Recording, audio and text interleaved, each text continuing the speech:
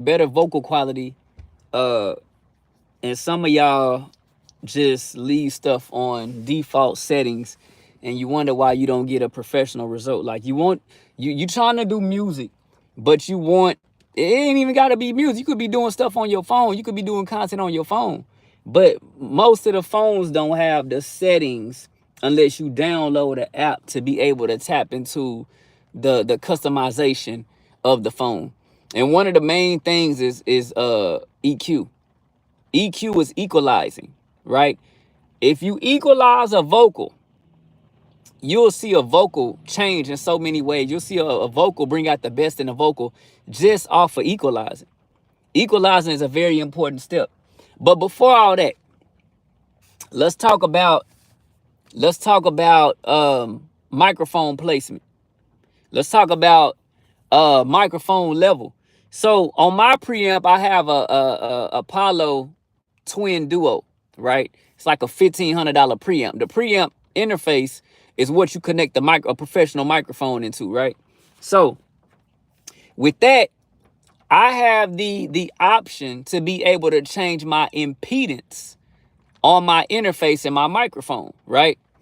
By using what's called the unison slot, okay? I'm also able to edit vocals and record in analog and EQ and compress in analog before I send my analog signal into the digital until it's converted over into digital. So I have a much better Warren Hurt, WARRENHURT of Produce Like a Pro. If you ever seen Produce Like a Pro, Warren Hurt is the guy that's normally talking on there most of the time. And so basically, he talked about how somebody asked a question, like how to get better vocals or quality or something like that. And he said the best, the what he recommend if a person was only gonna buy one piece of equipment or the first piece of equipment, most people think it's the microphone. Yeah, you need a decent microphone, but he said it's more important to spend the money on a good preamp. That's why I have the Apollo Twin. If you walk into 90% of the studios that you walk into, they have an Apollo interface.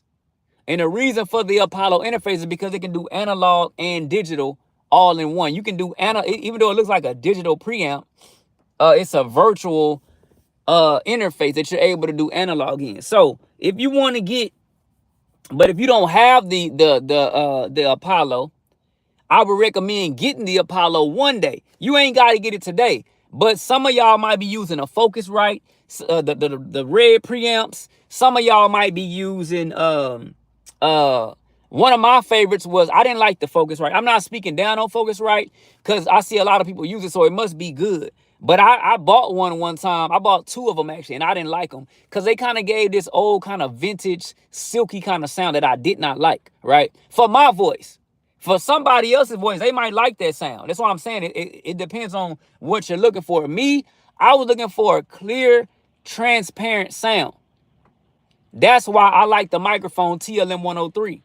That is one of the most transparent mic, but it's $1,500, $1,200, right? So I understand y'all can get this. So I'm finna tell y'all what I'm saying.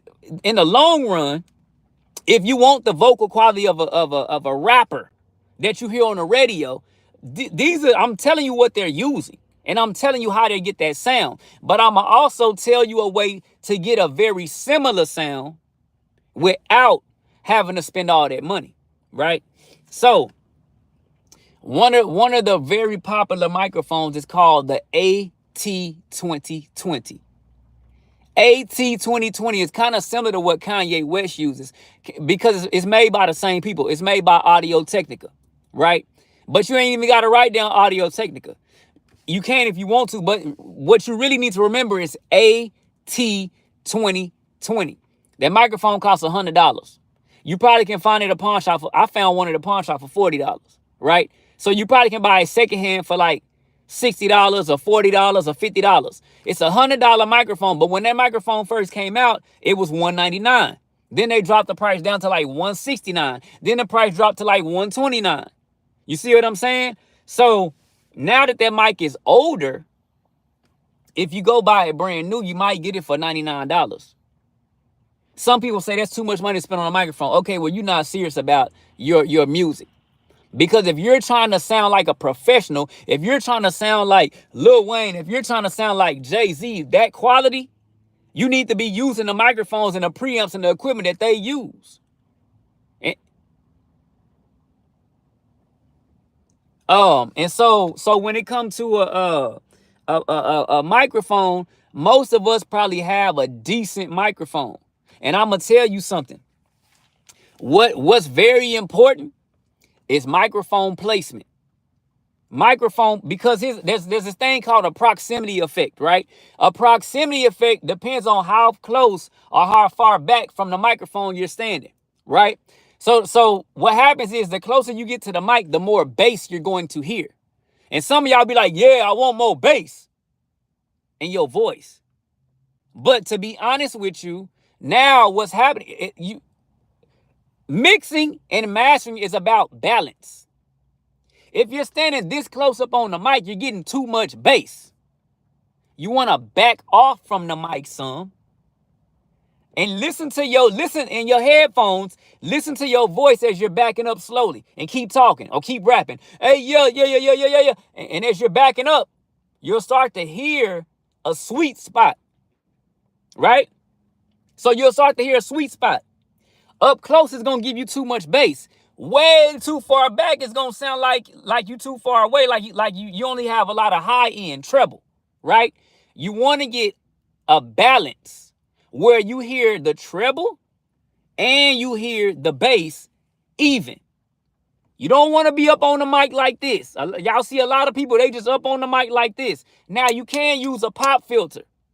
But a pop filter is helping with the plosives. That means whenever you say a P word or a B word, it helps with that. A pop filter is not helping with the proximity effect. So you're still going to have to go into the DAW, digital audio workstation, meaning post-production. You're going to have to go edit and EQ. You're making it harder for yourself, right? Now, we are going to get into some EQing and all that, but I'm trying to teach you the necessary steps before you get to that point. Because if you have the right mic placement, and when I say and the right volume on the microphone, you've got like 50% of the work done. You see what I'm saying? You got 50% of the work done. So another thing is another cheat. So it's microphone placement. That's how far or how close or far you're standing from the mic. But then there's also room placement. So when I'm listening to my vocal in the microphone, I'm also listening to the room.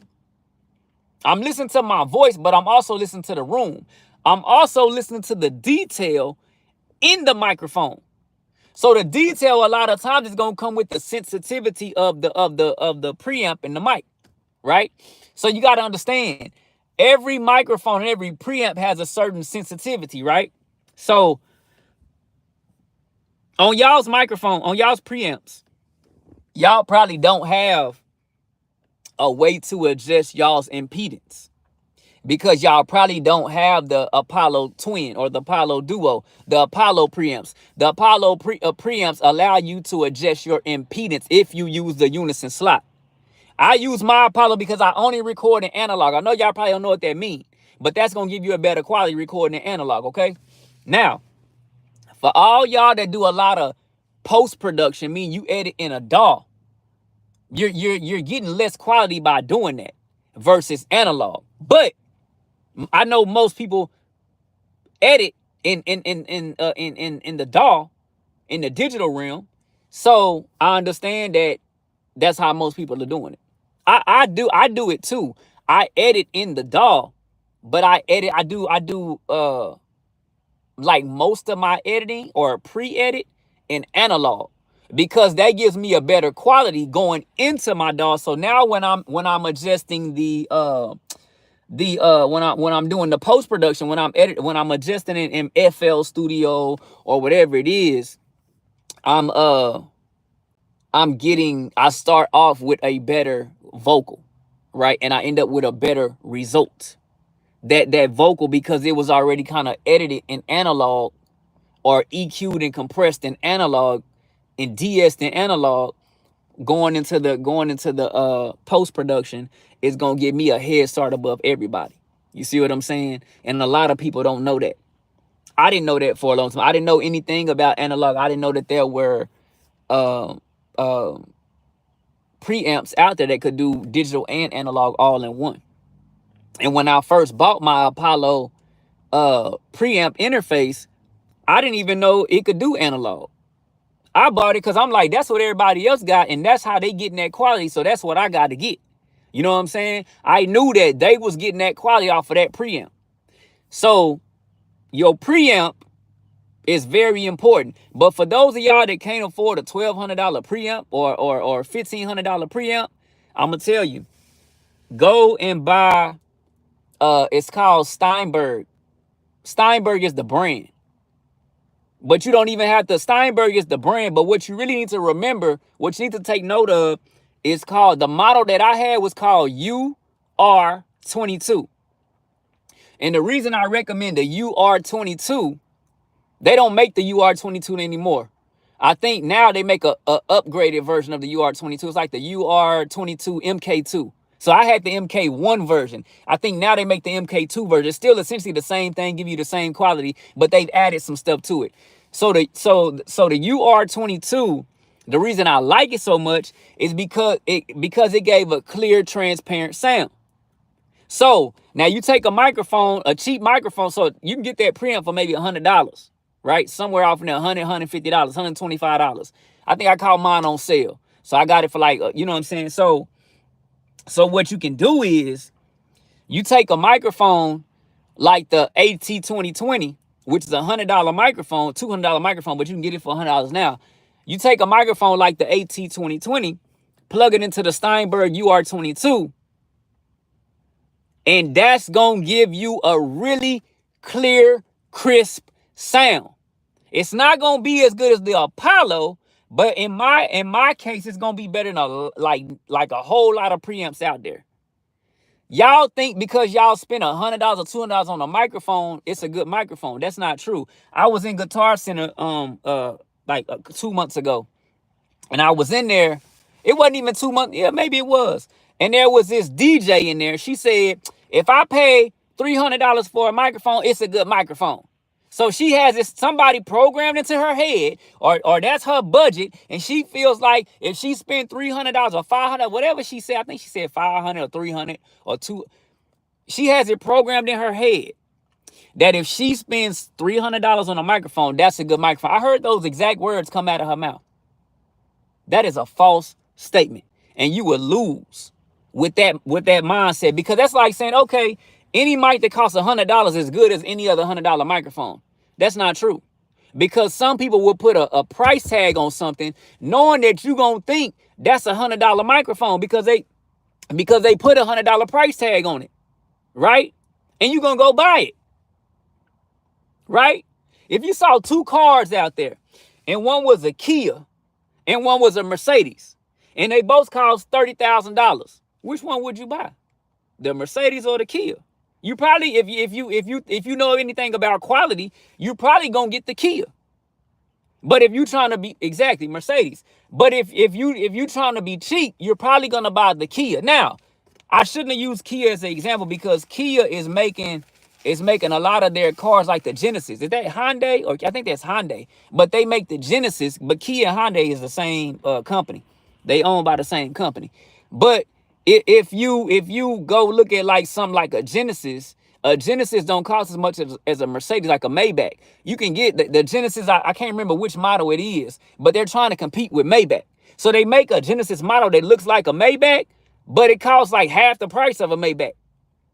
See what I'm saying? So most people are going to be like, man, I can get a Maybach for this price and not have to really buy a Benz. Me, I would go buy the Benz, right? Because I know about quality. But if you somebody trying to get the most bang for your buck, yeah, you would probably get the Genesis. And you would still come out okay.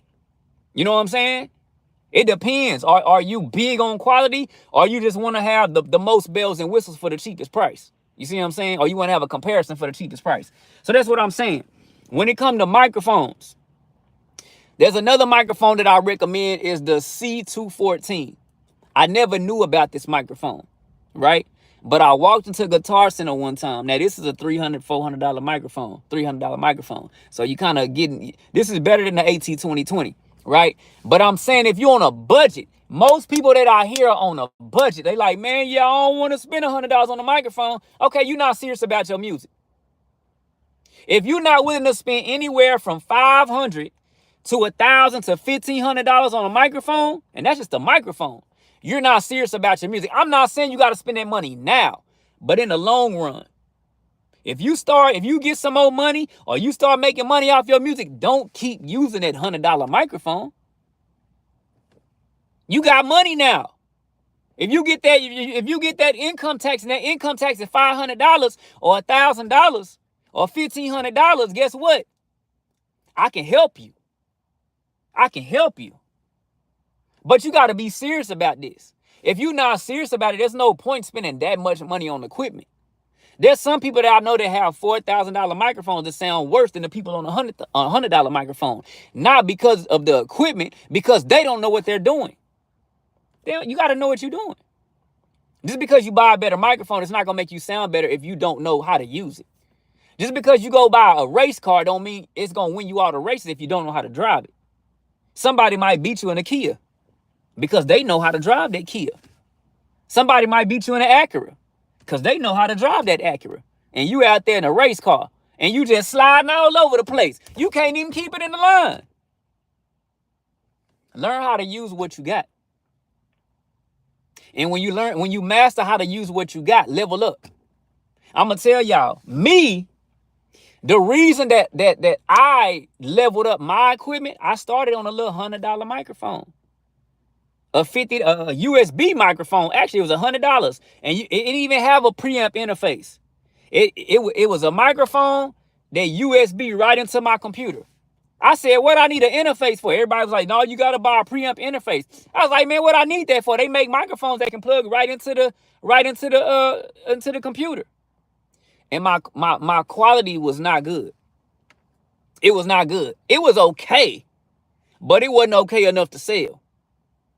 Right? So if you're trying to make money off your content, like a USB microphone is good for like somebody that's doing like online streaming or something like that. But if you really trying to take your stuff, like you doing podcasts, something like that, USB microphone is fine because you're really not doing much editing to that. But if you trying to make GTA lobbies be like, use it to upgrade for better Benz truck. Oh yeah, I like the Benz truck, the G-Wagon. Yeah, my only problem I would say is quality. So you gotta so what are you using? If you say your problem is quality, what are you using? You can't get Mercedes performance out of a Kia Rio, you know what I'm saying, engine and transmission and suspension. You know what I'm saying? Oh, gaming headset. Oh yeah, if you're using a gaming headset, you're not gonna be able to do music on that. I mean, you probably could, but it's not gonna sound like the record labels. I'm trying to help people sound like the record labels. So, you know what I'm saying? If you just, I mean, you could buy a better gaming thing, but if you are, it depends. There's different gaming headsets. Oh, you do your music on your phone and you did say that earlier. You said you do music. I didn't know, but I didn't know if I was reading it right. So you do music on your phone, and then you do music on your gaming headset. Yeah. So if you want better quality, you got to go out and buy better equipment. That's just what it is. But I mean, $100 for a microphone is not that much money. Like I say, I always tell people, man, like, so but $100 microphone is not going to be able to compete with Dr. Dre and Lil Wayne. You know, Dr. Dre uses an $8,000 microphone. It's the Sony C800G E40. He uses most 50 Cent They use a Sony C800G. It's an $8,000 microphone. Migos. They use an 8,000. A lot of the Mariah Carey. She used an 8. That's the same microphone. The Sony C800G. Lecrae, Christian rapper. He used a Sony C800. Lecrae got a few microphones, but one of the microphones he uses Sony C800G. The other microphone he uses is a UA7AI. The UA7AI is a $4,000 microphone, right? And there's another microphone that a lot of people use that is a TLM 103. Mo 3, I don't know if y'all know Mo 3, but Mo 3 is a Dallas rapper out of Houston, Texas. He had that song called Outside that went like triple platinum, quadruple platinum. That song Outside by Mo 3, the rapper out of the singer out of Dallas, he uses a TLM 103.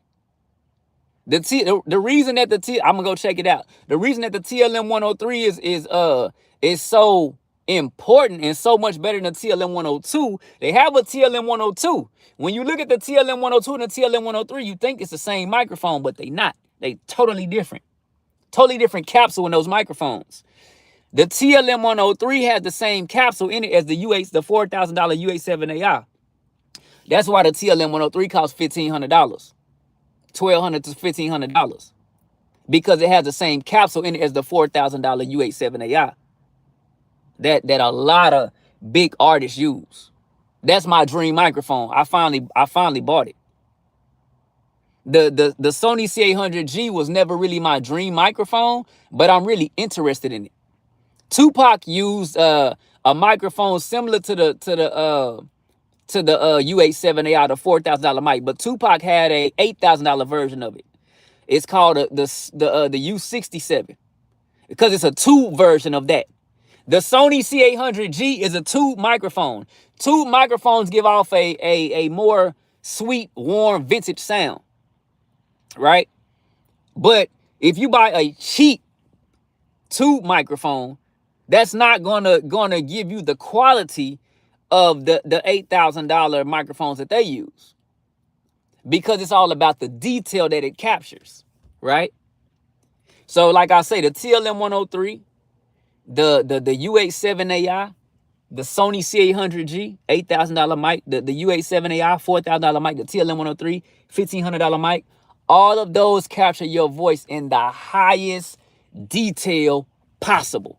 This is what you hear when you hear record label, when you hear hit records on the radio and stuff. It's these microphones. It's these microphones and this price point, right? So I know y'all probably like, man, that's too much money. I said the same thing. I didn't want to spend that much money. I didn't want to spend $50,000 on music and film equipment. But I knew what type of quality I was looking for. You know what I'm saying? I knew what type of quality I was looking for. And so, but I started out with an AT2020. If you go listen to my music on my platforms, the songs that I got on DistroKid and Southside Hating and Platinum, well, Platinum single, I used a C214, I think. Yeah, Platinum single. Did I use a C214 on Platinum single? Yeah, Platinum single, I use a C214, which has the same capsule in it as the C414, the C314, and the C414. The C414 is one of those other is another microphone that was used on countless hit songs. Record labels ain't spending less than $1,200 on a microphone. So once you get into that $1,200, $1,500, $3,000 range, you in there with the big boys. If you can spend $1,200 on a mic, you in there with the big boys. You in there with the big boys. Okay? But that doesn't mean every $1,200 mic is good. That's why I'm telling y'all certain mics, so that you don't get robbed. Because it's some mics out there that are bad quality. And they put that $1,200 price ticket on there because they know you're going to buy it because it costs $1,200. Because you think that it's just as good as that other $1,200 mic. No. Stop blowing money. Stop wasting your money on microphones that are no good just because you're looking at the price. See what I'm saying? So I'm finna get into the more technical part of this. All right. So now after you bought your AT2020 microphone or your C214 microphone, right? and you plugged into the UR22 preamp, the Steinberg UR22 preamp, and y'all probably like, oh, I'm gonna go out and buy something similar. Oh, I'm gonna get this over here because it's a bundle. You shooting yourself in the foot. You get what you pay for. I'm telling you exactly what to buy, because go listen to the songs on my page. And when you go listen to the songs on my page, listen to the quality. I was doing that quality on $100 microphone, the UR22. But it's some people that I know. So in total, how much would those be? If you just talking about the UR22 and Steinberg, you're talking about like $200. $100 for the mic, $100 for the preamp. It might be a little bit more. It depends on who running sales, or if you go find it at a pawn shop, or off Amazon or something. I'd be kind of scared to buy used stuff, because I'd be like, what if they can swap out the capsule, they can swap out the components, they can change the wiring, and then you think you got a UR22 and you got something else. But I got a lot of homeboys that have bought a lot of used equipment, and they sound good. Yeah, so it's better for you to go buy what I'm telling you to buy than for you to try to go buy like a budget deal, like a bundle. A bundle is gonna be like, oh yeah, you can get the headphones, the mic stand, the preamp, the software. You can get all this stuff for $300. You get what you pay for. Now, I'm not saying don't start out on that.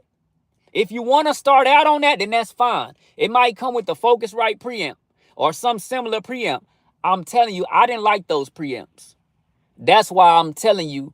But a lot of people like them. I don't. I never liked the Focus. It's the red preamps, the Focusrites. I didn't like the sound that they gave off.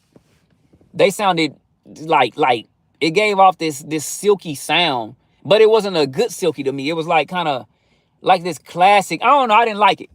It wasn't the sound I was looking for. You might like it. I didn't like it. But so you can get a bundle. You can start out with a bundle. If you ain't got no money, you can start out with a bundle. But I'm just saying, if you're gonna spend $300 on a bundle or $200 on a bundle, you can spend $100, $300 on what I'm telling you.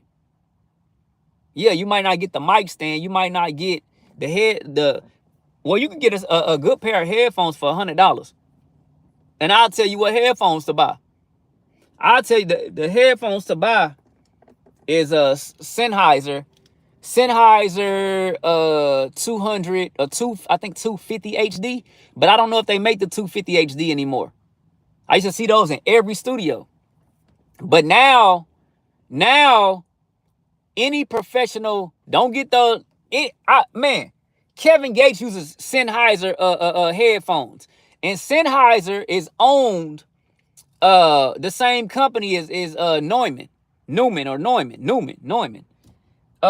And they are the ones that make these microphones that I was telling you about. Now, Sony makes one of them, but Sony, the capsule in the Sony C800G is a capsule from Neumann. They bought a capsule from Neumann, and then they just made the rest of the mic. So even though it's a Sony microphone, it has a Neumann capsule in it. The TLM 103, the U87AI, those microphones are made by Neumann. Okay. But like I said, if you're on a budget, go get the AT2020. The AT2020 is probably about $100. All right. You might be able to find it on Amazon on sale or something for cheaper than that. Right. You might be able to find it for $80 or something like that. So $100 microphone, AT2020, and then a preamp. Go look up Steinberg UR22. And when you get that preamp and you connect it to that Apollo, your quality is gonna be just like my songs. My songs that are on my page, I use the UR22 and the Apollo. I mean the UR22 preamp interface and the AT2020 by Audio Technica. If you go listen to my song Southside Hating, if you go listen to my song My Life, those songs were recorded with that microphone and preamp. Now me, I'm way above that now. I don't even listen to those songs no more. I just use them to bring fans in, to market. Cause all my new stuff that I'm gonna drop, I'm recording on $4,000 mic, $10,000 microphones, $8,000 microphones, $1,500 microphones. So all my new stuff I haven't released yet because I'm on a whole nother level yet. I'm not even concerned about dropping music now, because everything I'm doing now is like I'm taking courses. I got courses where I'm learning more about EQ and mixing and mastering and all that. I'm professional with this.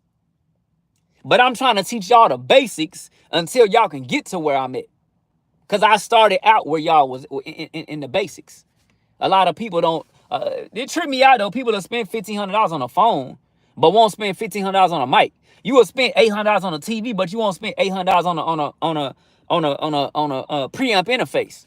Those are people that are not serious. You will spend $1,000 on clothes and shoes and vacations, $3,000 on some vacations, but you won't spend that same money on something that's gonna make you some money, on some music. You're not serious. I'm serious. I didn't want to spend $3,000 on a laptop, but I knew if I wanted to get serious about filming and doing music, I had to spend that money on the top of the line computer like they use in Hollywood.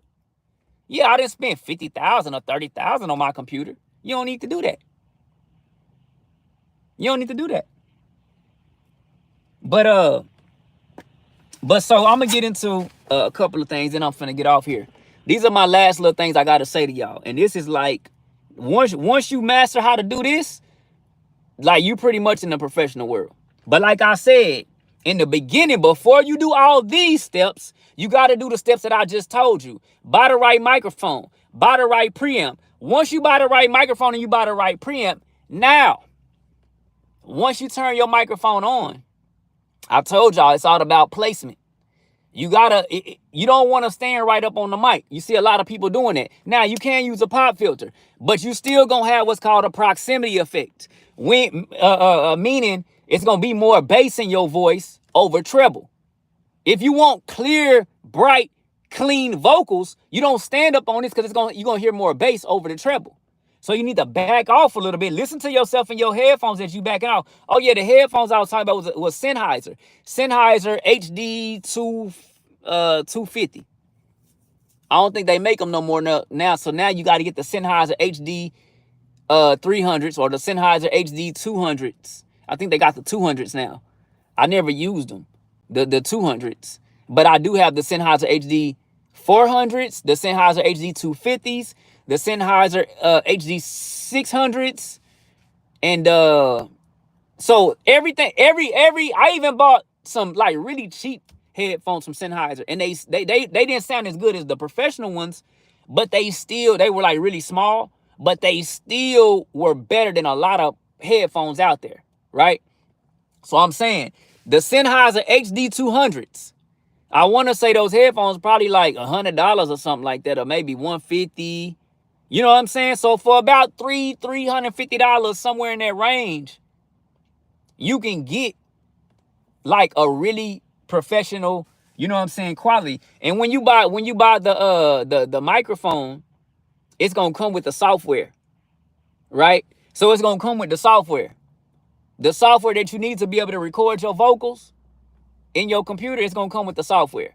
A lot of times when you buy a preamp or a microphone, it comes with the software, so you ain't got to worry about that.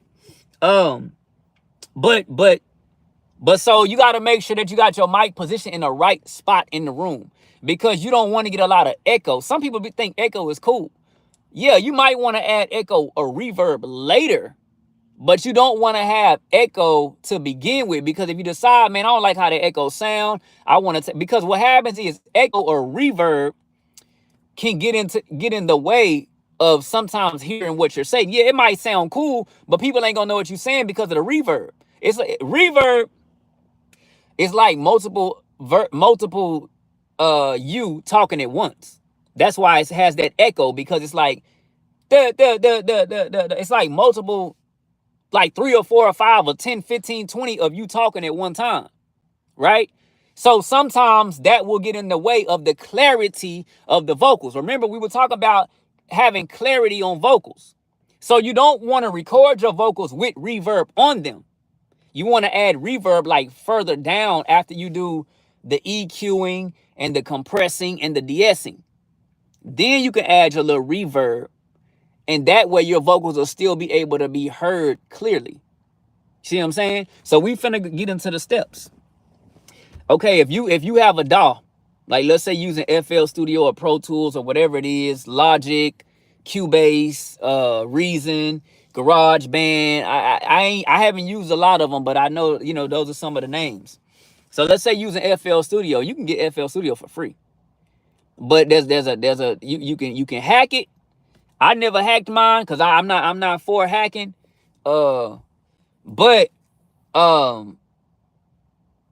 you can what I did was the only FL, when you download FL Studio, it used to be called Fruity Loops, but when you download FL Studio, that's to make beats on. Like basically, it's downloading the real version to your computer. That's why some people hack it and jailbreak it. But it's downloading the real version to your computer. All you got to get is the key to unlock it. But I never did that because I never want to do anything illegal. So check it out. So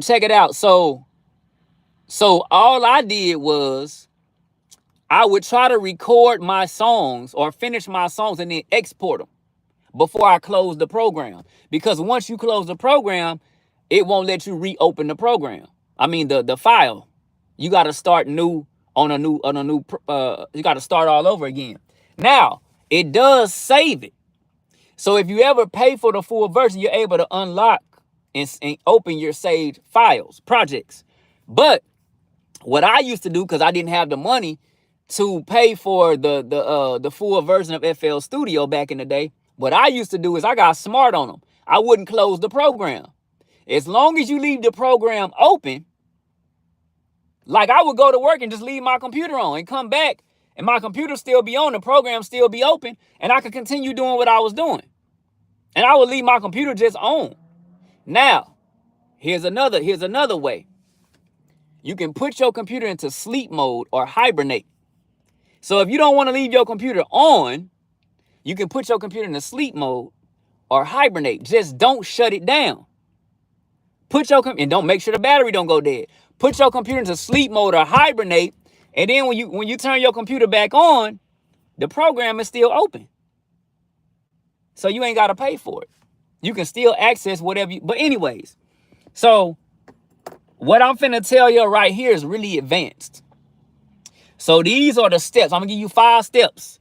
These are the 5 steps to get your vocal sounding professional. But you gotta do everything else I told you first. You want to do a surgical EQ. Narrow surgical EQ cuts down. Do as many of those. You might use 10 different ones. But make sure all of those first EQs are going down and they're narrow cuts. Not wide cuts, narrow cuts.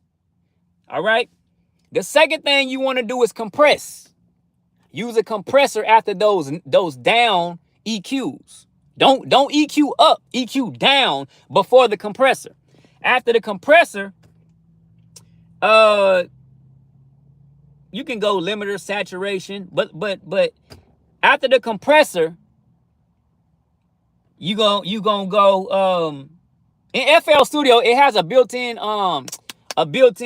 compressor. In the compressor, you're able to do compression, limiter, and saturation all in once. Okay. So this is why I'm saying this in this order, right? But I'm gonna make it real simple for y'all. I'm gonna tell y'all 3 steps real quick. Surgical EQ, meaning the narrow cuts down. So narrow, narrow cuts down. Compressor, step number 2. Step number 3 is gonna be boost EQ, meaning you're turning the EQ up. So if you want to turn the treble up, that's gonna give you that bright, clear sound, right? But make sure you're doing it in this order, because if you try to do a boost EQ where you're turning the EQ up before the compressor, you're gonna run into de-essing issues, sibilance issues. That's a whole. That's why. So those are the three steps. EQ down. Number 2, compress. Number 3, EQ up. Okay. That's the basics of it right there. But I'm gonna give you the 5 steps of it to give you a more advanced way to a more professional way, the way that I do it. Okay. The surgical EQ, meaning you EQ narrow cuts down, but I might use 5 of those. But what I'm saying is do as many narrow EQ cuts down as you need to before you go into the compressor, right? So now when you get your vocals sounding the way that you want to with those, but you can use one EQ, one surgical EQ down, and then go to the compressor. You might not need 5 of them like I use. You might just need 1. But the surgical EQ, the EQ cuts down, the narrow EQ cuts down, or to get rid of things that are wrong with your voice, right? So things that are wrong with your voice, like you might hear your nose, your nasal sound in the voice. You might be like, man, I don't like how I can hear my nose kind of. You find that frequency. There's a certain frequency. The nasal frequency is like somewhere in like I want to say like the 4K, 2K range. So when you go and look, you'll see like 4K, 2K, and you want to kind of like start turning down a little bit with a narrow cut down in that 4K, 2K, 4K range. And you'll notice you don't hear your nose as much. You can still hear it, but you don't hear it as much, right? So you want to use a surgical EQ to narrow cuts down to get rid of problematic areas, right? So surgical EQ, that's narrow cuts down. Compressor, we're going to use a compressor, right? After your compressor, you're going to use a limiter and a saturation, and then you're going to do an EQ boost, and then you're going to use a de-esser. Always de-ess after you boost up. Yeah, if you EQ up, you're going to get this bright, clear sound, but then you run into another issue. You're gonna have sibilance issues, especially when you try to master your song. You're gonna run into issues because when you EQ'd up, the high notes are gonna be hitting like a brick wall, and it's gonna sound bad. It's gonna sound kind of distorted. You're gonna be like, man, why my vocal don't sound clear no more? That's why you got to put a de-esser on it before. You got to put a de-esser on it after you EQ up. Now, some people like to use a de-esser before. There's different ways of doing it, but I'm telling you the ways that I do it. I don't know if you can see this. So you see step 1 says EQ, surgical, cuts, narrow cuts, surgical. Step 2 is compressor. Step 3 is limiter. Step 4 is saturation. And when it comes to the limiter and the saturation, you don't want to use a lot of those. You want to use the compressor more than anything, really. But you don't want to overcompress. But if you're going to use any of those, you want to make sure that you are compressing more. Your limiter should not be that much. Your limiter just to kind of like keep the volume from fluctuating in your vocals. Then you want to add saturation after the limiter. That's going to give you this warm vintage kind of vibe.